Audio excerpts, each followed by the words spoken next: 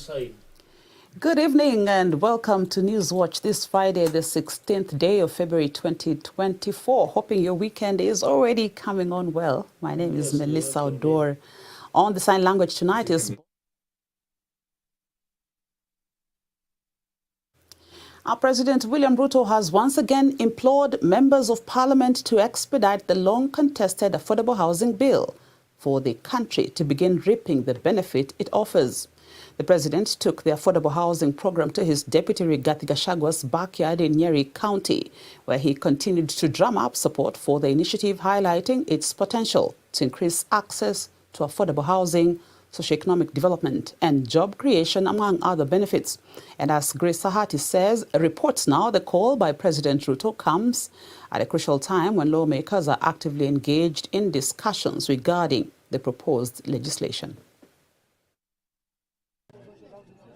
In his latest push for the affordable housing program, President William Ruto has continued to call upon members of parliament to pass the contentious affordable housing bill, emphasizing the numerous benefits that the initiative could bring. This comes even as members of parliament yesterday debated the bill, with the majority proposing the scrapping of the requirement for employers to match the 1.5% housing levy payable by their workers. If approved by the National Assembly, the proposal would have significant implications for Kenyans, as it would mean that employers would no longer be obligated to contribute an additional 1.5% of their employees' salaries towards the housing levy. The move could potentially lead to increased take-home pay for employees, as employers would not have to deduct this amount from their salaries. Saa hizi nikiongea na nyinyi kule bunge, sheria ya kuweka hii mambo laini imezungumziwa jana. Na Tuesday, mimi nataka niwaambie hawa wabunge wapitishe hiyo sheria haraka haraka, kwa sababu tuko na vijana mamilioni wanataka kwenda kazini. Si bado watu wengi hapa hawana kazi? The President took the program to Nyeri County, Deputy President Rigathi Gachagwa's home ground, where he maintained that it is of great benefit and will go a long way in increasing access to affordable housing, socio-economic development and job creation. Hii Nyeri County nimesema tunajenga nyumba 15,000 kwa awamu ya kwanza. Na tunahitaji vijana zaidi ya 30,000 kufanya hiyo kazi. Hapa Nyeri Town, kule Mkuruweini, kule Tetu, kule Odhaya, all the way mpaka Kieni, mpaka kule Madhira, tunaweka mpango kama hii, ndio tuweze kuhakikisha kwamba vijana wa Kenya wanapata kazi na tunapata makao mazuri ambayo wananchi wanaweza kuishi. Tuondoe wala wanaishi kwa slums, waishi na dignity na waishi na heshima, kwa sababu hiyo ndio mpango ambayo itapeleka taifa la Kenya mbele. And in a bid to enhance food security in the country, Ruto stated that the government will continue providing seeds and subsidizing fertilizers as part of its intervention to assist farmers. He highlighted that by supporting farmers with essential resources, the country can boost local agricultural production, which will in turn help decrease reliance on imported food products, which is costing the government billions of shillings annually. Kenya saa hizi tunatumia bilioni 500 kuagiza chakula kila mwaka. Mimi nauliza nyinyi, mnataka tuendelee kuagiza chakula kutoka nje? Ati tunanunua mahindi, tunanunua ngano, tunanunua sukari, tunanunua mchele, tunanunua edible oil kutoka wakulima ya watu wengine. Tumesema mambo ya kuagiza chakula kutoka nje tutasimamisha. Sisi hiyo bilioni 500 tunatumia kuagiza chakula kutoka nje, tulipe wakulima wetu watuzalishie chakula, ndio Kenya iweze kwenda mbele. Reporting for Hope TV Newswatch, I'm Grace Sahati. Following the increased number of unemployed Kenyan youth, President William Ruto has promised to avail job opportunities to over 25,000 youths from Nyeri and Kiambu counties. Speaking during his development tour in these counties, Ruto promised the residents that all government development projects will be concluded on time. Among the projects launched today are the Blue Valley Affordable Housing Project in Nyeri County and the Ruaruba Irrigation Project in Kiambu County. Elias Wanjiru reports. President William Ruto's development tour today in Nyeri and Kiambu counties kicked off in Nyeri town, where he launched the Blue Valley Affordable Housing Project. While launching this project, Ruto added that this will see over 25,000 youths from Nyeri and Kiambu counties get employment. He cautioned contractors against stalling the project, saying they must be completed on time. Na ndio sababu hiyo hapa mahali tumekuja leo. Hii site mnaona hapa. Tuko na site kama hii 50 Kenya nikizungumza na nyinyi. Kuna vijana 1130 wanafanya kazi vile hawa wa hapa wataanza kufanya kazi. Nyinyi mnanielewa? Tumekuja hapa kuanzisha hii mradi ya manyumba hapa. Hii sehemu hii tunajenga nyumba 1000 hapa. Tunajenga nyumba 1000 ingine hapa nyuma. Kati ya hii plot na hii plot iko nyuma yetu hapa, tunajenga nyumba 2000. Na tunahitaji, munisikize vizuri, hapa peke yake tunahitaji vijana 3500 wa kufanya hii kazi. Vijana wa Nyeri muko tayari? Later, the leaders headed to Mathura constituency in Huagi Ward, where they commissioned Mathura Community Water Supply Project. Nyeri Governor Mutahi Kahiga led local leaders in applauding President Ruto on his efforts to fulfill his promises to Kenyans. The leaders also requested the president to cancel the contract the government had signed with the roads contract in the area, citing delay in his work. And several times. Later on, President Ruto proceeded to Gatundu in Kiambu County, where he launched a Ruaruba irrigation project. He said that they agreed with Spain ambassador to dig more boreholes in these areas as a way of improving the agriculture sector. He added that they have set 60 billion for water project to improve production of agricultural products and prevent the country from importing basic foods. Bisa tukomeshe mambo ya kuagiza chakula nje. Wacha mimi niwaeleze watu wa hapa Gatundu ya 5 kila mwaka. Za mahindi tunanunua hiyo bilioni ni pesa nyingi kama serikali ya kwamba mambo ya kuagiza chakula tutakomesha. Hiyo bilioni 500 eri tulipe wakulima wetu watuzalishie chakula, tuondoe njaa katika taifa letu la Kenya. Reporting for Hope TV Newswatch, my name is Nelias Wanjiru.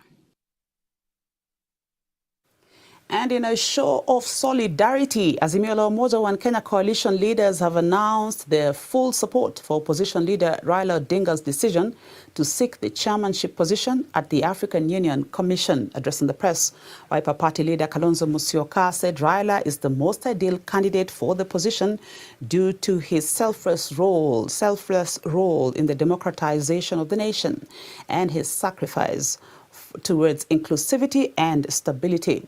Kalonzo said Raila will leverage his Pan-Africanism vision to achieve an integrated, prosperous and peaceful Africa and represent the continent well in the global arena.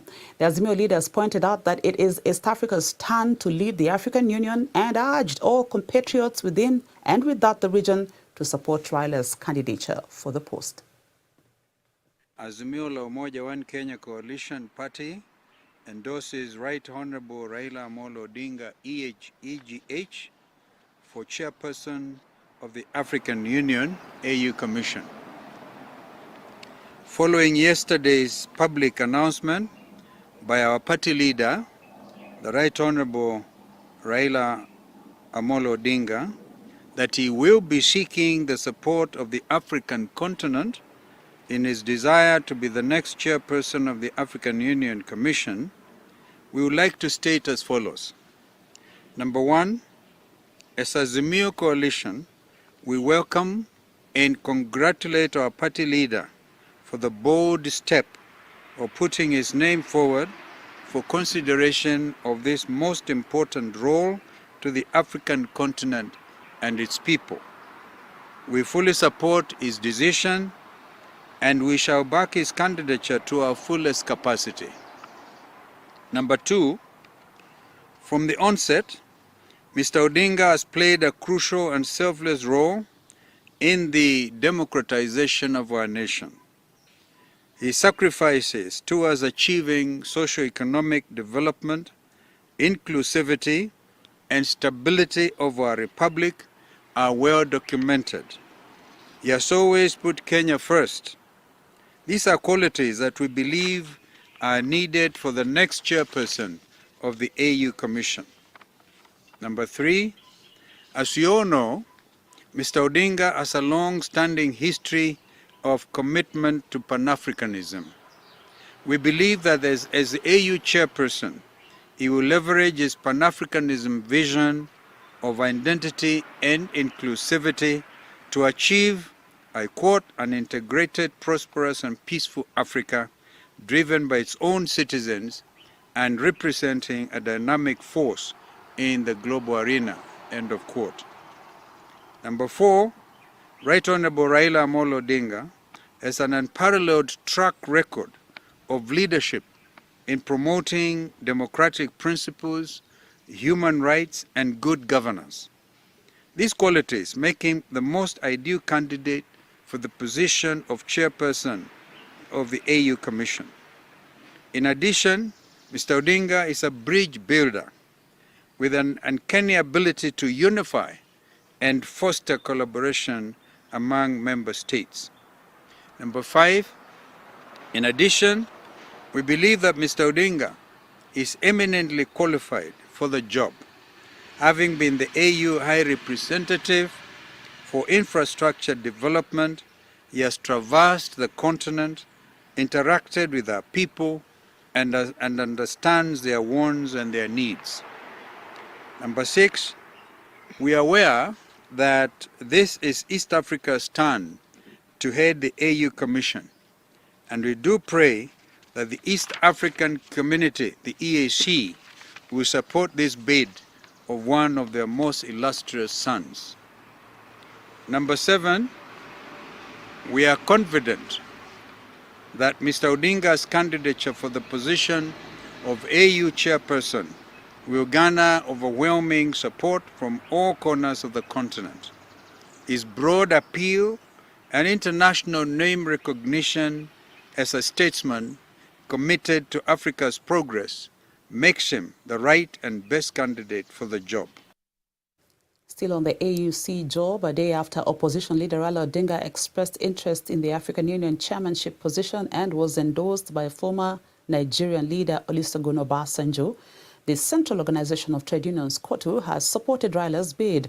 Addressing the press, COTU Secretary General Francis Atwoli cited Odinga's qualifications and diplomatic prowess, expressing confidence in his ability to unite Africa and address continental challenges.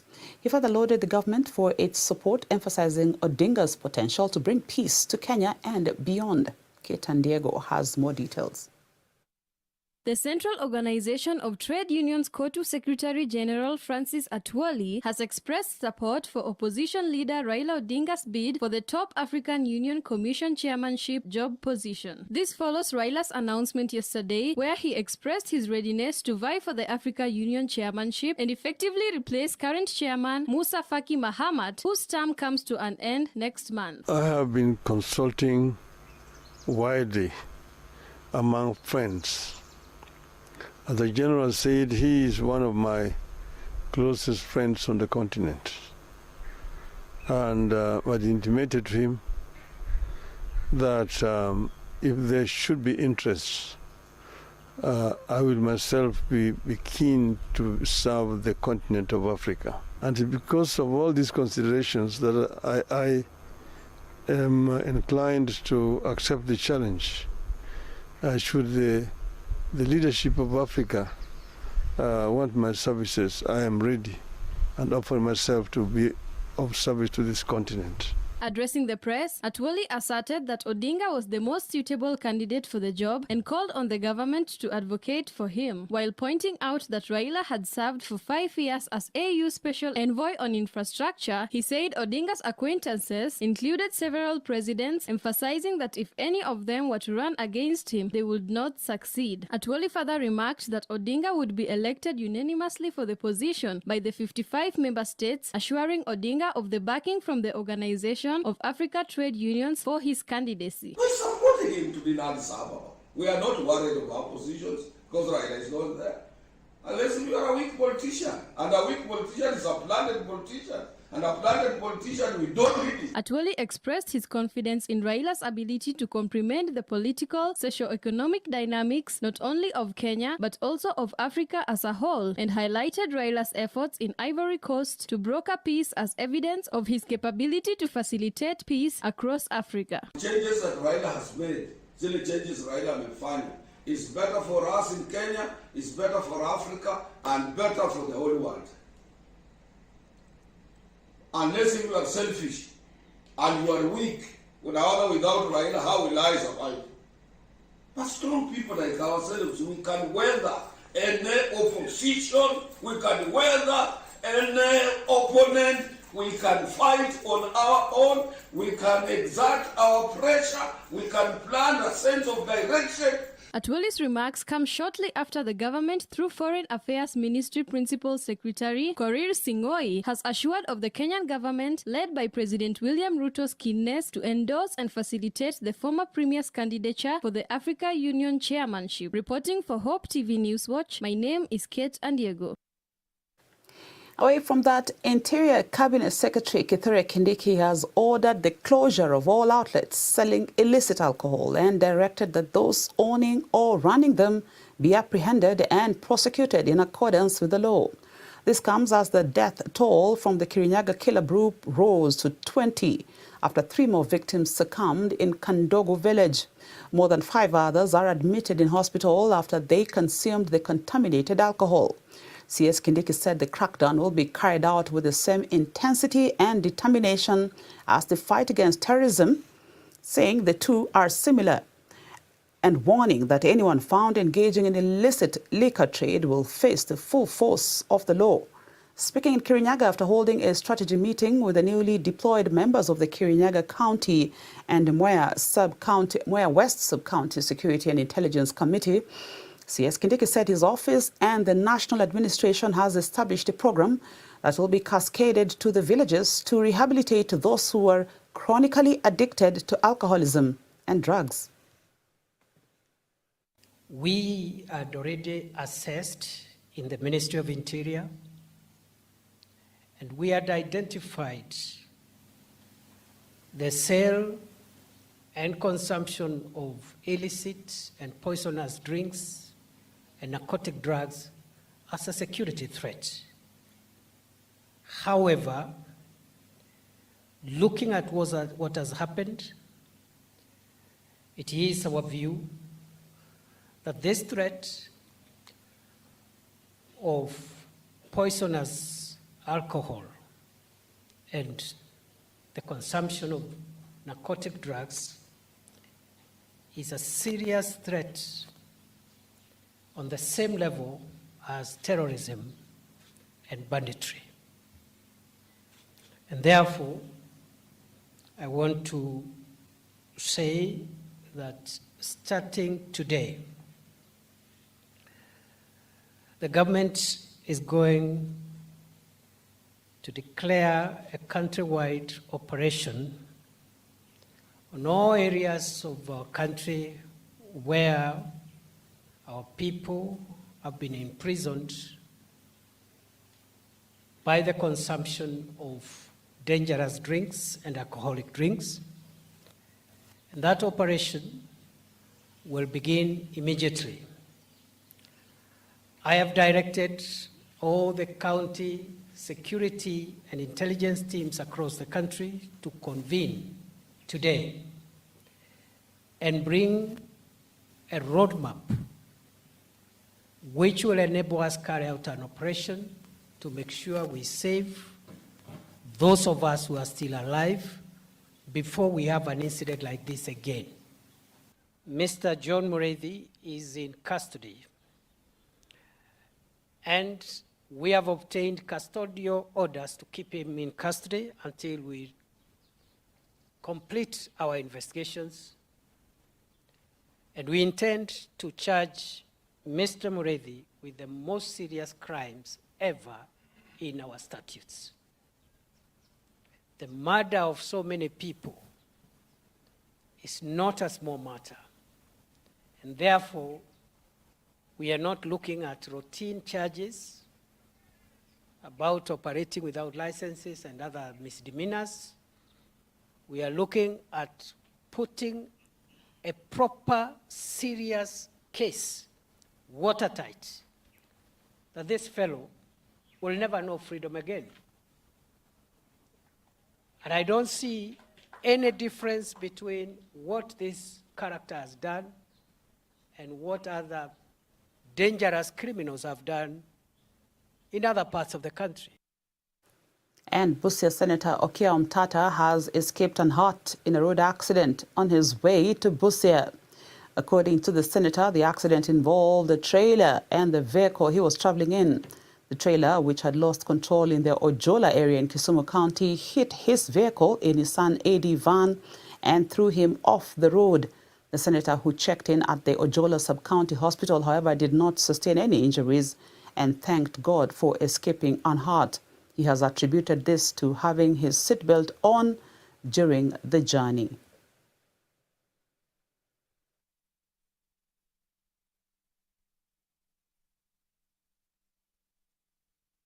Now let's take our first short break here on Newswatch. When we return, we shall look into the world of business. Don't go too far.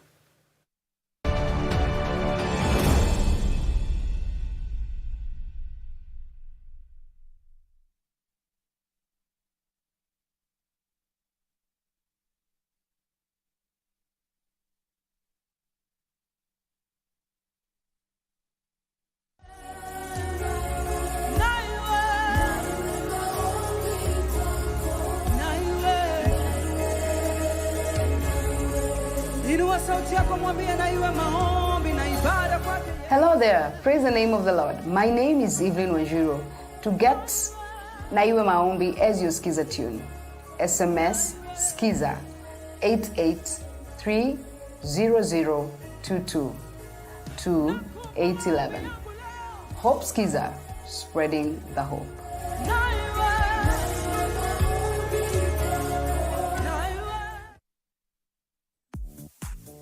Africa International University takes pride in being at the forefront of producing Christ-centered leaders, transforming Africa and the world. At AIU, we lead, we innovate, we inspire, and we are a family bound by a common goal of transforming the world. There is no better time to think about your career transformation in an international community. Our intakes are in January, May, and September and are currently ongoing. Embark today on an exciting and life-building academic journey by enrolling in our diverse certificates, diplomas, bachelor's, postgraduates, master's, or PhD programs. Africa International University, a university in the heart of Africa, with Africa on its heart.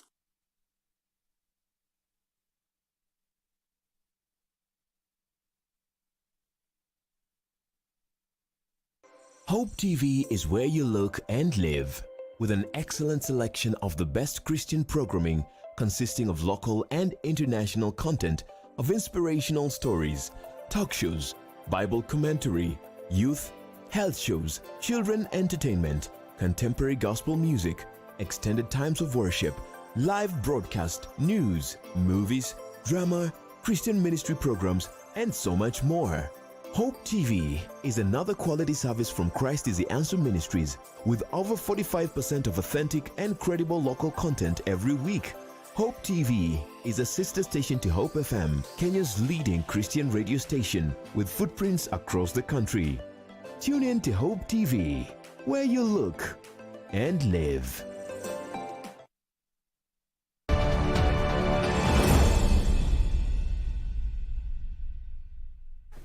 Welcome back. Our Kenyan teacher Rose Tata Wekesa has made history by setting a new Guinness World Record for the longest science class ever taught, clocking an impressive 62 hours, 33 minutes and 34 seconds.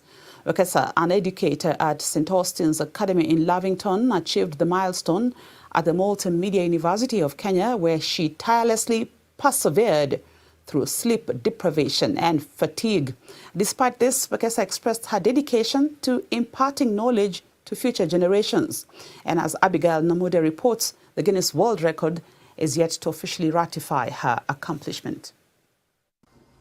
Rose Tata Wekesa, a teacher at St. Austin's Academy, Lavington, has set a new Guinness World Record for the longest science class ever taught, clocking an impressive 62 hours, 33 minutes and 34 seconds. She achieved this milestone at the Multimedia University of Kenya, where she tirelessly persevered through sleep deprivation and fatigue.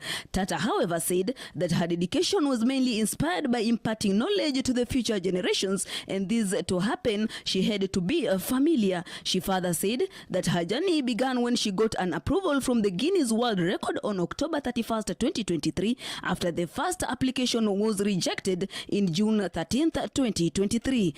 The project was quite expensive, but she never gave up, and in the process, she got tremendous support from various organizations and individuals from Harvest Family Church, Multimedia University, Department of Science, St. John's Ambulance, Sonko Rescue Team, GTech Audiovisual Company, Trinity Motors, and CPF for branding services. Other than wanting people to love science, to be honest, I think God just put a desire for me to want to do this event so that other people can see that great things can be achieved by anybody. Oh, yes. Elizabeth Mwaura, the chairperson of the project, congratulated Tata Wekesa and for her good spirit of not giving up despite the first rejection from Guinness World Record, and appreciated Multimedia University for the full support they gave to facilitate the whole process. Rose took her first chance.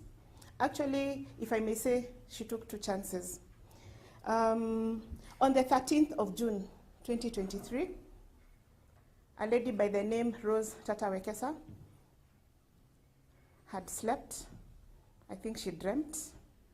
She woke up, she dared, and decided to do an email to the Guinness World Record team that she wants to set a science record. According to Shelimo, a volunteer student from Multimedia University, she was so grateful to be part of the project, which was an experience of a lifetime. This experience made her understand that science, especially chemistry, is an easy subject. You made it seem so easy, because most people always think that science is hard, especially chemistry and biology. But you made it seem easy, especially the experiment parts. It seemed so easy and it was interactive. We were so happy. Dr. Njogu, the head of science department and Multimedia University, appreciated all the stakeholders on behalf of the university in participating and making the days a success. Ladies and gentlemen, the perseverance I've seen the last 3 weeks ever since we started this journey, Rose, the dedication to achieve this and succeed was overwhelming. It is very encouraging. And beyond the record, I think all of us have drawn a very good, positive lesson from this.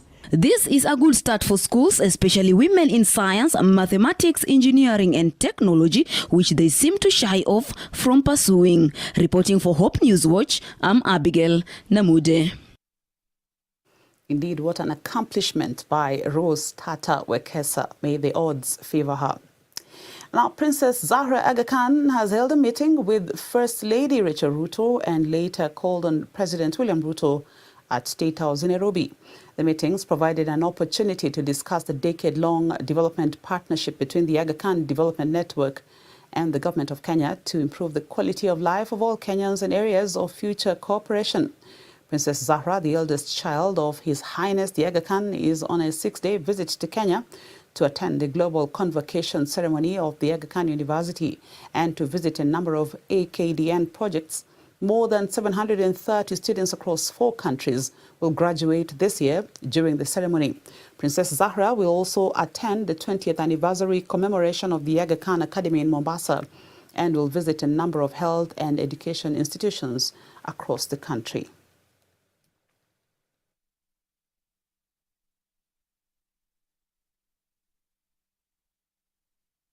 To some politics now, Deputy President Rigathi Gachagua has called for unity in the Mount Kenya region, further cautioning area political leaders against engaging in divisive and succession politics. Speaking in his home ground in Nyeri County, the DP rallied the leaders to focus on service delivery and also help President William Ruto achieve his mission to transform the country. His sentiments come after a section of leaders rallying against DP Gachagua seemingly kicked off a campaign to replace Gachagua as a suitable candidate to deputize Ruto in 2027. The DP has, however, maintained that Mount Kenya is a UDA zone and that the people will fully support the president. Sisi tumetoka mambo ya ukabila na hatutaki mtu kusema tuunde ati chama yetu hapa Mount Kenya. Chama ya UDA mimi ndio naibu wapate leader. Na sisi watu ya Mlima, shareholding yetu katika chama ya UDA is the largest, and that is our party under the President William Ruto. Tumekubaliana? Kwa hivyo sisi tutakaa kwa hiyo chama nyuma ya huyu rais, tupelekane na yeye vizuri, tumsaidie, tumuombee ndio afaulu.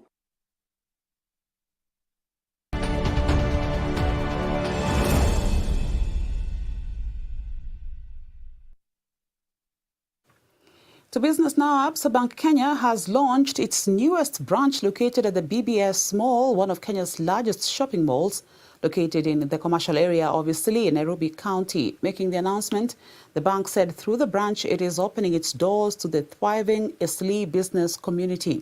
The branch also becomes Absa's flagship Lariba Center, marking a strategic milestone in the network expansion. The branch becomes Absa Bank's 86th.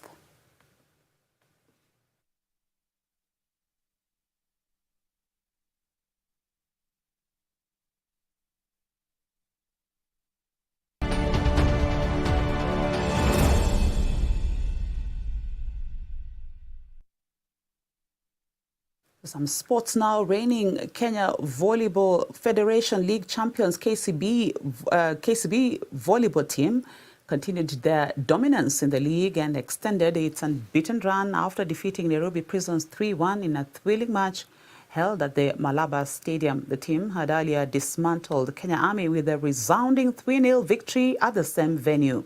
Coach Japhet Monala commended his team for overcoming a resilient Nairobi Prisons side.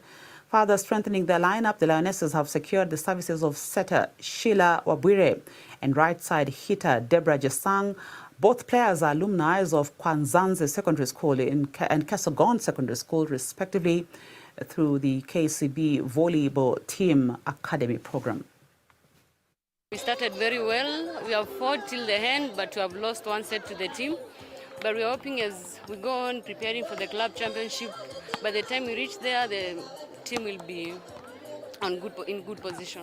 We have won the 2 matches of this schedule in Malaba. We won yesterday against Army 3-0. Today we have won against Prison 3-1. So far we are still unbeaten until the final leg, and it's coming soon. So we hope to maintain the unbeaten record until up to the playoffs.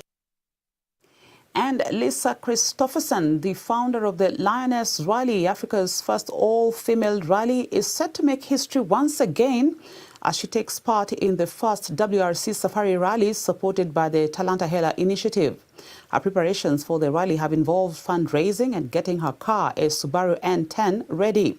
Lisa, a cancer survivor, is not only aiming to compete at the highest level, but also using her participation as an opportunity to give back and inspire others. She said through her initiative Driving for Change that raises funds for children with cancer at the Kenyatta National Hospital, she will donate 1,000 shillings for every kilometer she will drive. With the rally covering 1,200 kilometers, the total amount will be at least 1.2 million Kenyan shillings. As Lisa prepares to make her mark on the WRC Safari Rally, her message is clear. Women can achieve anything they set their minds to do, both on and off the track. So far, the preparations have been fundraising, getting a car. I'll be driving a Subaru N10 in this year's WRC Rally, and making sure I've got all my equipment, all my rally gear, and that it's all up to date. As you know, there's an expiry date on all your equipment as well. So there's quite a lot to do. I believe this year's rally is going to be one of the most exciting WRC Safari rallies, especially because we're going to have one of the largest numbers of female drivers and navigators. My goal is just to finish and celebrate on the podium. This year's motto is Driving for Change. What does that mean? That means I'm giving back CSR. As a cancer survivor myself, I have decided this year that I am going to support the children with cancer at Kenyatta Hospital, the pediatric ward. And that's how we wrap up Newswatch. Thank you for keeping us company together with Boniface Muredi on the sign language as we brought you the news making headlines tonight. On behalf of the production crew here, have a good night.